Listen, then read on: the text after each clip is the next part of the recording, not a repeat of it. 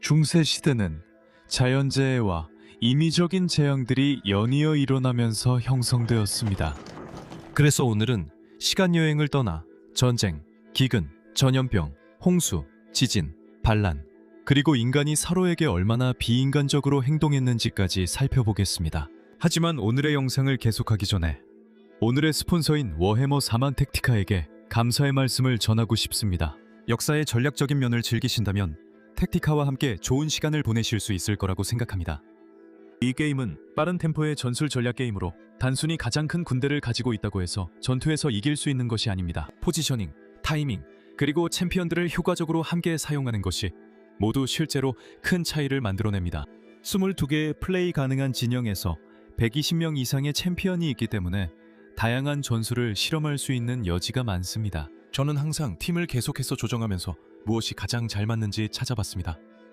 보통은 이전에 세웠던 완벽한 계획이 제가 기대했던 만큼 완벽하지 않다는 걸 깨달은 후에 말이죠. 택티카에는 PVP, PVE, 라이브 이벤트, 길드레이드 등 다양한 게임 모드가 있어서 경쟁을 원하든 스토리를 즐기든 길드와 함께 혼돈을 즐기든 모두를 위한 게임 모드가 준비되어 있습니다. 저는 PVP 모드를 좋아하는데 이 모드가 제 전략적 사고를 시험하기 때문입니다. 지금이 택티카에 참여하기 좋은 시기입니다. 4주년을 맞아 2주간 대규모 이벤트가 진행 중이기 때문입니다. 매일 미션과 풍성한 보상과 함께 8월 9일에는 완전히 새로운 에픽 크루세이드 모드도 선보일 예정입니다. 크루세이드 모드에서는 모든 길드가 은하 전체에 걸친 대규모 전쟁에서 한 진영을 선택해 거의 100개에 달하는 행성을 두고 싸우며 글로벌 리더보드에서 경쟁하게 됩니다. 이 모드는 장기적인 전략과 빠른 전술 전투가 정말 만족스럽게 어우러져 있고 각 크루세이드 시즌이 끝나면 각 행성 정복에 따라 특별 보상이 지급됩니다. 8월에는 3명의 새로운 챔피언도 등장합니다. 라무스는 다크엔젤의 베테랑 병장으로 8월 2일에 등장합니다. 세키타르 로봇, 사우전드 선즈의 영혼 없는 오토마토는 8월 9일에 합류합니다. 그리고 임페리얼 피스트의 제일 중대, 전설적인 대장도 8월 30일에 전장에 등장합니다. 각자만의 독특한 능력을 가지고 있습니다. 만약 여러분이 성을 포위하는데 6개월 보내지 않고도 군대를 지휘하고 싶다면 설명란에 있는 제 링크를 통해 워해머 4만 택티카를 다운로드하거나 화면에 있는 QR코드를 스캔하세요. 저만의 특별 코드로 한정 보상 받는 것도 잊지 마세요. 오늘 영상을 후원해준 택티카에 다시 한번 감사드립니다. 그럼 더 이상 지체하지 않고 미디벌 매드니스에 오신 것을 환영합니다.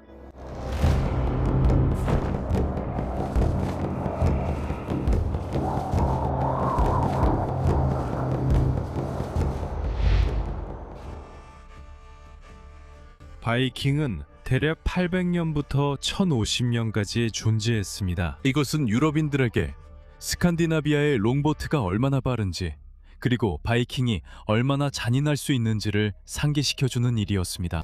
바이킹의 롱십 덕분에 노르드 약탈자들은 어디에서든 갑자기 나타나 수도원, 마을, 무역 중심지를 공격하고 약탈과 강탈, 살인, 강간, 납치를 저지른 뒤 다시 사라질 수 있었습니다. 영국, 아일랜드, 프랑스, 그리고 저지대 국가들의 해안 지역은 언제든지 닥칠 수 있는 공격의 그림자 아래 수세기를 보냈습니다. 그 결과로 광범위한 파괴와 막대한 인명 피해, 그리고 지역 경제의 붕괴가 일어났습니다. 공정하게 말하자면 바이킹들은 정착민이자 상인이기도 했지만 그들이 계속 나타나서 모든 것에 불을 지르는 바람에 그 점을 인정하기가 쉽지 않았죠. 그들의 약탈은 유럽 전역에 두려움과 불안정을 불러일으켰고 통치자들은 방어 전략 전체를 다시 생각하게 만들었습니다. 더 강력한 요새가 세워지고 군대가 재조직되었습니다. 중세의 지도자들은 단순히 그들이 다시 오지 않기를 바라는 것만으로는 해결되지 않는다는 사실을 모두가 깨달았기 때문이죠.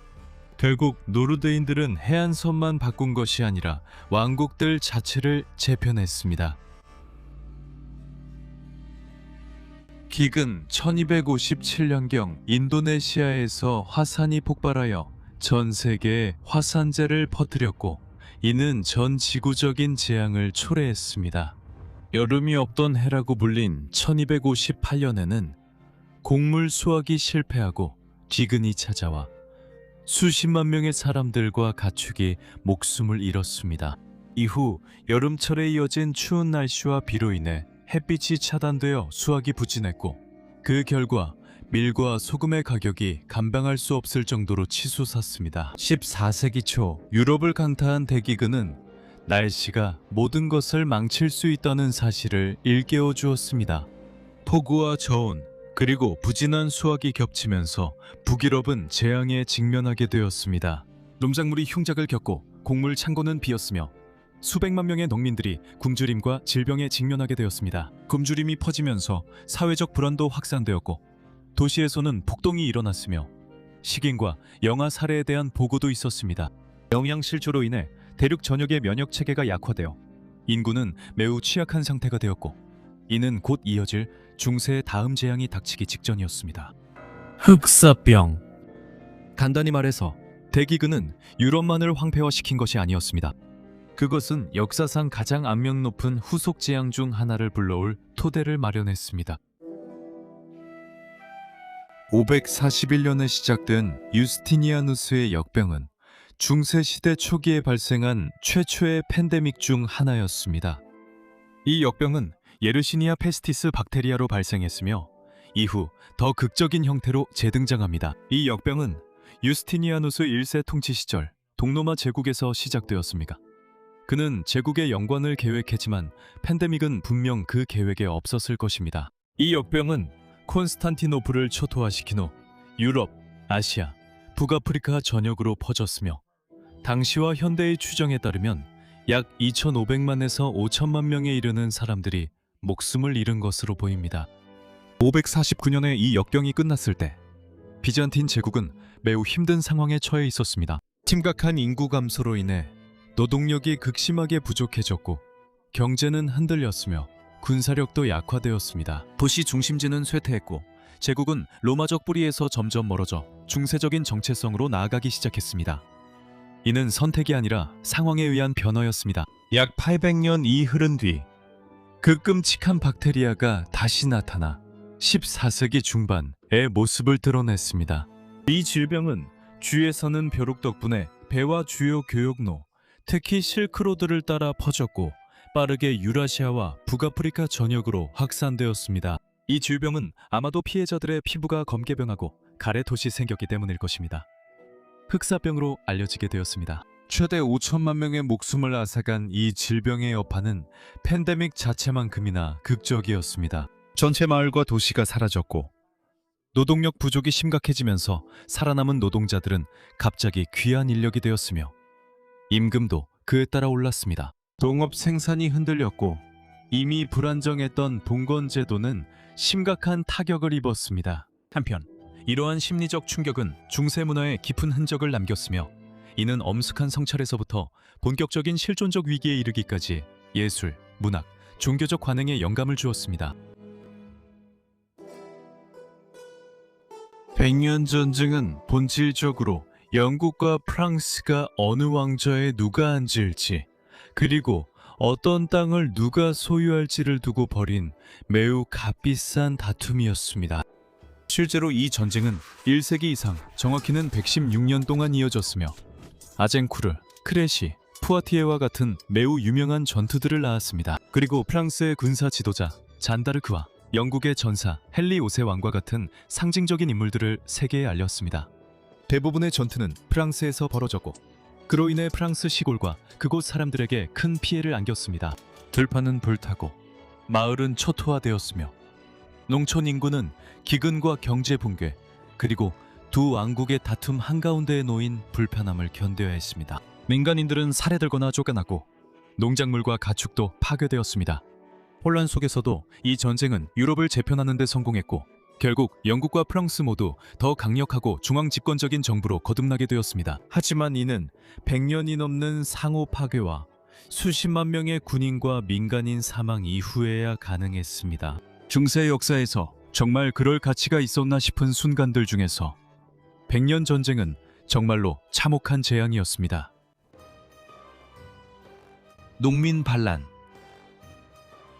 흑사병이 지나간 후 유럽의 귀족들은 평민들이 자신들의 처지에 대해 꽤나 불만이 많다는 사실을 알게 되었습니다.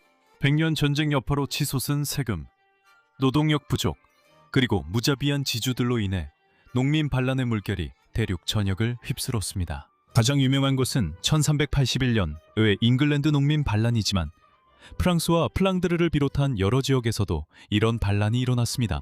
농민들은 분노에 차 거리로 나서 귀족들을 공격하고 감옥을 습격하며 영주 저택과 궁전을 파괴했습니다. 대부분의 반란은 잔인하게 진압당했습니다. 잉글랜드 봉기에서는 최소 1500명의 반란군이 사망했지만 실제 희생자 수는 알려지지 않았습니다. 이러한 봉기는 봉건 엘리트와 실제로 모든 일을 하는 사람들 사이의 간극이 점점 더 벌어지고 있음을 드러냈으며 이는 봉건 제도가 무너지기 시작했음을 알리는 신호였습니다. 특히 주목할 만한 것은 1358년에 프랑스에서 2달 동안 이어진 자케리 봉기입니다. 그곳에서 반란군들이 사용한 끔찍한 폭력의 규모가 특히 두드러집니다. 프랑스 연대기 작가 장 르벨은 한 번은 농민들이 기사 한 명을 죽인 뒤 꼬챙이에 꿰어 그의 아내와 아이들 앞에서 구웠다고 기록했습니다. 그 부인은 10명에서 12명의 남자들에게 강간당한 뒤 남편의 시신을 먹게 강요당했고 결국 자녀들과 함께 끔찍한 죽음을 맞이했습니다. 십자군 전쟁.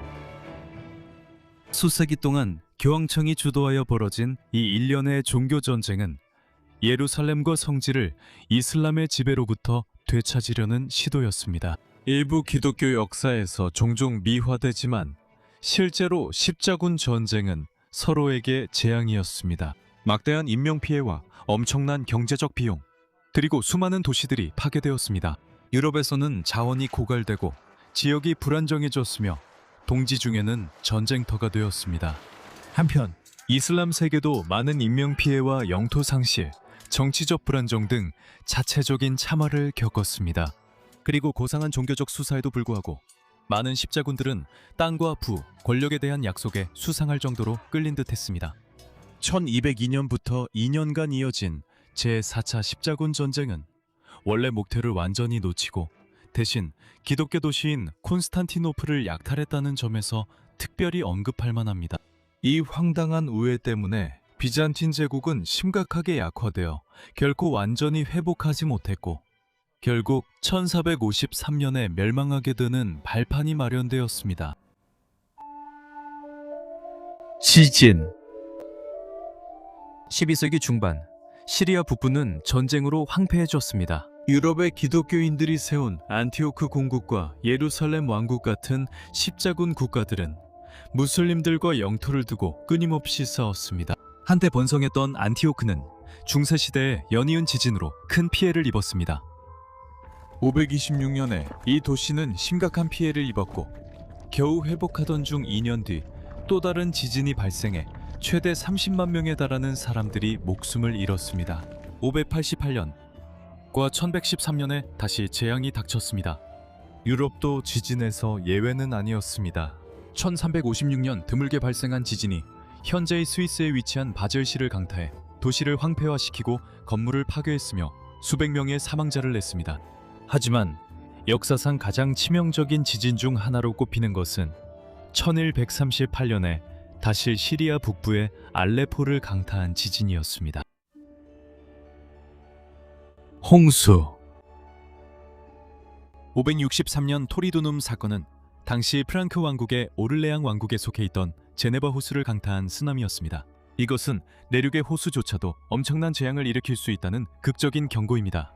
거대한 산비탈이 호수로 무너져 내리면서 호수 전체 해안선을 따라 쓰나미가 발생했습니다. 마을 전체가 쓸려나갔고 제네바는 파도가 도시 성벽을 넘어설 정도로 강하게 타격을 받아 많은 시민들이 목숨을 잃었습니다. 시간을 훌쩍 건너뛰어 1287년 12월 14일 북해가 주목받고 싶어했던 순간으로 가봅시다. 성 루시아 홍수는 네덜란드와 북구 독일을 강타한 거대한 폭풍 해일로 제방을 무너뜨리고 5만에서 8만 명 사이의 사람들이 목숨을 잃게 만들었습니다. 이 홍수는 기록된 역사상 6번째로 최악의 홍수로 불리며 그로 인해 지형이 영구적으로 바뀌었습니다. 주이더르제네해는 이 폭풍으로 부분적으로 형성되었고 이 폭풍은 남부 잉글랜드까지 영향을 미쳐 수백 명의 목숨을 앗아갔습니다. 중세인들에게 불행하게도 북해는 중세 후기에 재앙적인 홍수가 자주 발생하는 곳이었습니다. 여러 연대기에는 11, 15세기 사이 홍수 발생이 기록되어 있습니다. 가장 심각했던 홍수 중 하나는 성 마르셀루스의 홍수로 그로테 만드랭크, 즉 사람들의 대익사로도 알려져 있으며 1362년 1월에 발생했습니다. 대서양의 강풍이 영국 제도에서 덴마크까지 북서 유럽을 휩쓸며 최소 2만 5천 명의 목숨을 앗아갔습니다. 종교 재판 1184년경부터 가톨릭 교회는 이단을 근절하기 위해 중세 종교 재판을 시작했습니다. 종교 재판의 요원들은 공식 교리와 다른 신념을 가진 사람들을 찾아내는 임무를 맡았습니다. 그들의 접근 방식은 결코 미묘하지도 자비롭지도 않았습니다. 신문은 매우 강도 높았고 고문도 허용되었으며 화형에 의한 처형이 일반적이었습니다. 카타르파와 같이 자신들의 방식을 포기하지 않은 공동체들은 결국 종교적 십자군의 공격 대상이 되었습니다. 1209년 십자군은 프랑스 남부의 베지에르 마을을 약탈하며 수천 명의 카타르파 남성, 여성, 그리고 아이들을 학살했습니다. 스페인 종교 재판은 가톨릭 군주 이사벨라와 페르디난드에 의해 시작되었으며 그들은 유대인과 무슬림뿐만 아니라 승인된 신앙 범주에 속하지 않는 모든 사람들을 표적으로 삼았습니다. 이 기관은 고문, 강제 개종, 그리고 처형이 뒤섞인 방식으로 빠르게 악명을 떨치게 되었습니다. 한때 문화적, 종교적 다양성으로 유명했던 스페인은 불관용과 두려움, 의심이 만연한 걸로 변모하게 되었습니다. 일부 현대적인 추정에 따르면 이 시기 동안 약 1000명 정도가 기소되었습니다. 이들 중 약 3,000명에서 5,000명 정도가 처형되었으며 대부분은 처음 50년 동안이었습니다. 이 시기에는 화형이 처벌이자 억제책으로 여겨졌던 것으로 보입니다. 처형을 피한 사람들에게는 참회와 공개 태형, 추방, 갤리선 노역, 그리고 몇 년에서 평생에 이르는 징역형과 같은 대체 처벌이 내려졌습니다. 재산 몰수는 흔한 일이었으며 살아남더라도 돌아갈 집이 없도록 했습니다. 한편 인종에 기반한 차별과 반유대주의는 19세기와 20세기까지도 계속 이어졌습니다. 몽골 침입 칭기즈칸과 그에 못지않게 잔혹한 후계자들이 이끈 몽골 제국은 13세기와 14세기에 걸쳐 침략을 감행했습니다. 그들이 가는 곳마다 도시가 불타올랐고 인구는 급격히 줄었으며 지역 통치자들은 갑작스럽고 압도적인 몰락을 겪었습니다. 몽골 제국은 결국 역사상 가장 넓은 연속된 영토를 가진 제국이 되었지만 그 대가도 컸습니다. 먼지가 가라앉았을 때쯤에는 많은 문명들이 완전히 재편되거나 역사가 새로 쓰이거나 아예 지도에서 사라지고 말았습니다. 역사학자들은 몽골의 참화를 인류 역사상 가장 치명적인 사건 중 하나로 평가합니다. 그것은 대규모로 인명이 희생된 사건이었습니다.